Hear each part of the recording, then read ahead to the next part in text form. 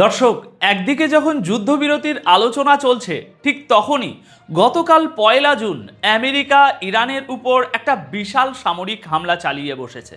আর ইরানও চুপ করে বসে নেই। আমেরিকার ঘাঁটিতে রীতিমতো আছড়ে পড়েছে ইরানের মিসাইল। আজকের ভিডিওতে আমরা মূলত 3টি অত্যন্ত গুরুত্বপূর্ণ খবর নিয়ে আলোচনা করব, যা সাধারণ খবরের শিরোনামে আপনারা পাবেন না।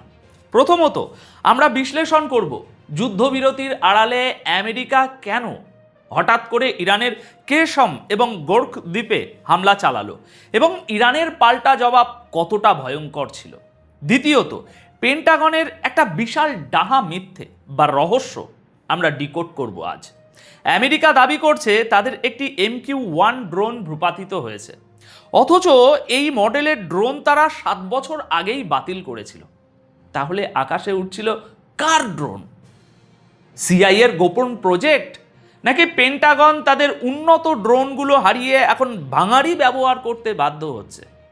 এবং তৃতীয়ত, পরাক্রমশালী আমেরিকার প্রেসিডেন্ট ডোনাল্ড ট্রাম্প কেন ইরানের সাথে ডিল করতে গিয়ে রীতিমতো ঘামছেন এবং নিজের দেশের ভিতরেই অদ্ভুত সব সাফাই গাইছেন? আজকের এই ভিডিওতে আমরা দর্শক এই প্রত্যেকটি খবর খুবই সহজ সরল বাংলা ভাষায় আপনাদের সামনে তুলে ধরব। দেখুন, আসল ব্যাপারটা হলো গতকাল 1 জুন 2026 তারিখে আমেরিকা নতুন করে ইরানের উপর একটা বড়সড় সামরিক হামলা চালিয়েছে, যার ফলে যুদ্ধবিরতির যে একটা শান্ত পরিবেশ তৈরি হচ্ছিল তার উপর আপাতত একটা বিশাল বড় প্রশ্ন চিহ্ন ঝুলে গেছে। আমেরিকার সেন্ট্রাল কমান্ড দাবি করছে যে তাদের এই হামলাটি মূলত একটা প্রতিশোধ। তাদের ভাষ্যমতে গত পরশু 31 তারিখে ইরান নাকি আমেরিকার একটা MQ-1 প্রিডিয়েটর ড্রোন গুলি করে নামিয়েছে। আমেরিকার দাবি ড্রোনটি আন্তর্জাতিক আকাশসীমায় উড়ছিল। কিন্তু এখানে একটা জিনিস বুঝতে হবে দর্শক, ইরান অনেক আগেই স্পষ্ট করে দিয়েছে যে ওই ড্রোনটি তাদের নিজস্ব সমুদ্র সীমায় প্রবেশ করেছিল দেখেই তারা সেটাকে টার্গেট করে ধ্বংস করেছে। আমেরিকার এই হামলায় মূলত ইরানের গোর্খ এবং কেশম দ্বীপের radar site, drone control center এবং অন্যান্য সামরিক ঘাঁটিকে নিশানা করা হয়েছে। সেন্টকমের তথ্য মতে তারা ইরানের এয়ার ডিফেন্স সিস্টেম এবং 2টি অ্যাটাক ড্রোনও ধ্বংস করেছে। কিন্তু দর্শক, এখানে সবচেয়ে বড় জিওপলিটিক্যাল পয়েন্টটা কি জানেন? এই পুরো ঘটনাটা এমন একটা সময়ে ঘটছে যখন দুই দেশের মধ্যে হরমুজ প্রণালীর ইস্যু এবং যুদ্ধবিরতি নিয়ে পর্দার আড়ালে আলোচনা চলছে। অর্থাৎ একদিকে টেবিলের উপর হাসি মুখে কূটনীতি চলছে, অন্যদিকে টেবিলের নিচ দিয়ে একে অপরকে লাথি মারামারি হচ্ছে। এর মানে হলো আমেরিকা চাচ্ছে আলোচনার টেবিলে বসার আগে সামরিক চাপ প্রয়োগ করে আপার হ্যান্ড নিতে। তারা প্রমাণ করতে চাইছে যে চুক্তির টেবিলে তারাই বস। কিন্তু বাস্তব পরিস্থিতি এখন আর আমেরিকার পক্ষে আগের মতো নেই। ইরান যে এখন আর আমেরিকার চোখ রাঙানিতে ভয় পায় না বা তাদের সামরিক হুমকিতে গুটিয়ে যায় না, তার প্রমাণ আমরা পেয়েছি ঠিক কয়েক ঘন্টার ব্যবধানেই। ওই গতকাল 1 জুনের সকালেই মিডল ইস্টের পরিস্থিতি আবারও চরম উত্তপ্ত হয়ে ওঠে। কারণ ইরান হাত গুটিয়ে বসে থাকেনি, তারা সরাসরি আমেরিকার এয়ারবেসে পাল্টা মিসাইল হামলা চালিয়ে নিজেদের প্রতিশোধ নিশ্চিত করেছে। ইরানের IRGC স্পষ্ট জানিয়েছে হরমুজগান প্রদেশের সিরিক দ্বীপে থাকা একটি কমিউনিকেশন টাওয়ারে আমেরিকা হামলা করার পর ইরানের অ্যারোস্পেস ফোর্স ঠিক সেই মার্কিন ঘাঁটিতেই পাল্টা আঘাত এনেছে যেখান থেকে আমেরিকার ওই হামলাটি পরিচালিত হয়েছিল। কি বুঝলেন? সোজা কথায় ইরান আমেরিকাকে তাদের ভাষায় বুঝিয়ে দিয়েছে যে যেখান থেকে মারবে ঠিক সেখানেই এসে আমরা মারব। এরপর গতকাল 1 জুন বেলা 11টার পর ইরানের তরফ থেকে মিসাইল হামলার একটা তাজা ভিডিও প্রকাশ করা হয়। দর্শক, এই ভিডিওতে দেখানো মিসাইলগুলোর গায়ে লেখা একটা মেসেজ খেয়াল করার মতো। সেখানে পরিষ্কার লেখা ছিল, যতক্ষণ পর্যন্ত এই অঞ্চল থেকে প্রতিটি মার্কিন সেনা পালিয়ে না যায় ততক্ষণ পর্যন্ত এই মিসাইলগুলো এভাবেই ধেয়ে আসবে। ওদিকে এর পরপরই কুয়েতের সেনাবাহিনী কুয়েতের সেনাবাহিনী তাদের এয়ার ডিফেন্স সিস্টেম অ্যাক্টিভ করে দেয়, যা প্রমাণ করে যে এই পুরো রিজিয়ন জুড়ে মিসাইল এবং ড্রোনের আনাগোনা কতটা বেড়ে গেছে। এখন প্রশ্ন হচ্ছে, এটা কি শুধুই সীমিত পাল্টাপাল্টি হামলা, নাকি মিডল ইস্ট আবারও এমন একটা অল আউট ওয়ার বা পূর্ণাঙ্গ যুদ্ধের দিকে এগোচ্ছে যেখান থেকে ফেরার কোনো পথ নেই? আমেরিকা ভাবছে তারা হামলা করে পার পেয়ে যাবে, কিন্তু প্রতিদিনের এই যে পাল্টাপাল্টি হামলা, এটা প্রমাণ করছে যে ইরান এখন আর আমেরিকার আগ্রাসন বিনা জবাবে ছেড়ে দিচ্ছে না।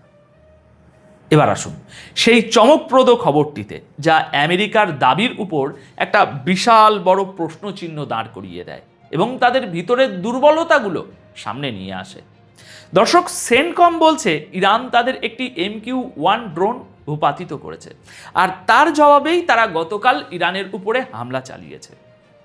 কিন্তু প্র্যাকটিক্যাল সত্যটা হলো, মার্কিন সেনাবাহিনী এই MQ-1 এই প্রিডিয়েটর ড্রোন আজ থেকে প্রায় 7 বছর আগেই রিটায়ার বা বাতিল করে দিয়েছে।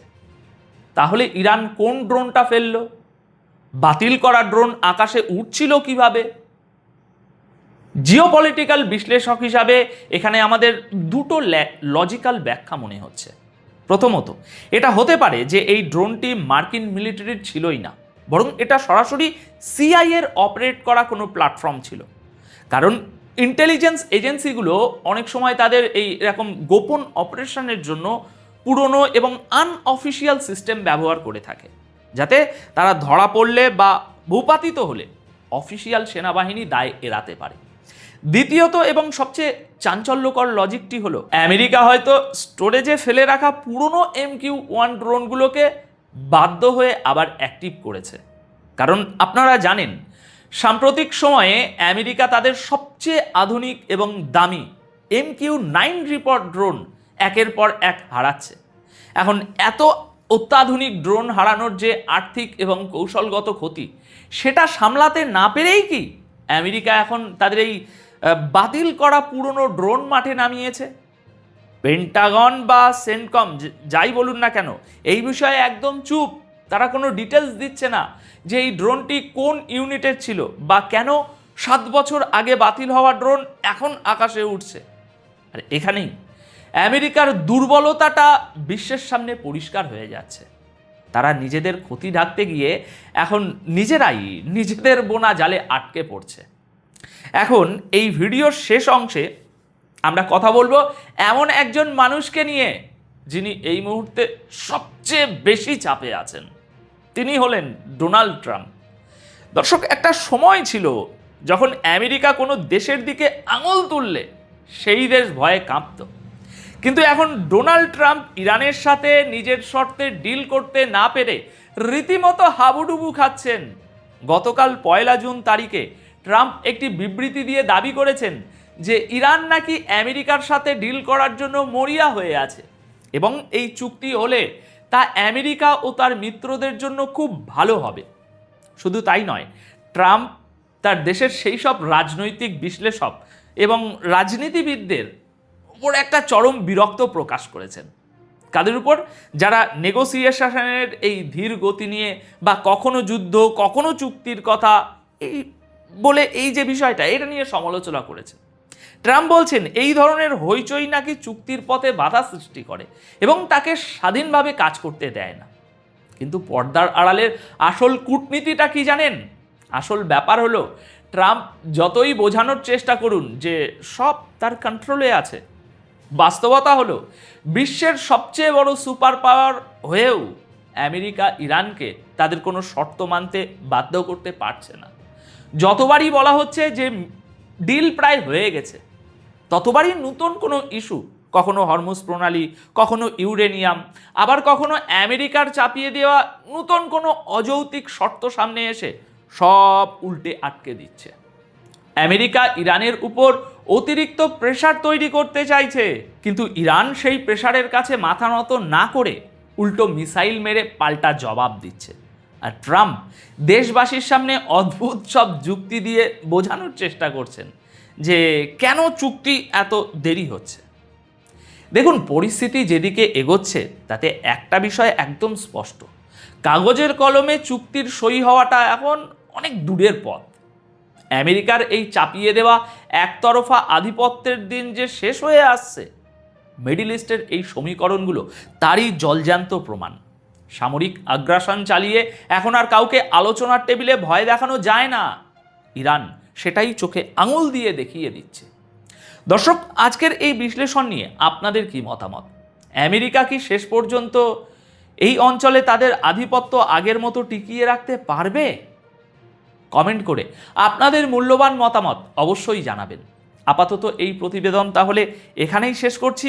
দেখা হবে পরবর্তী ভিডিওতে নতুন কোনো জিওপলিটিক্যাল খবরের বিশ্লেষণ নিয়ে।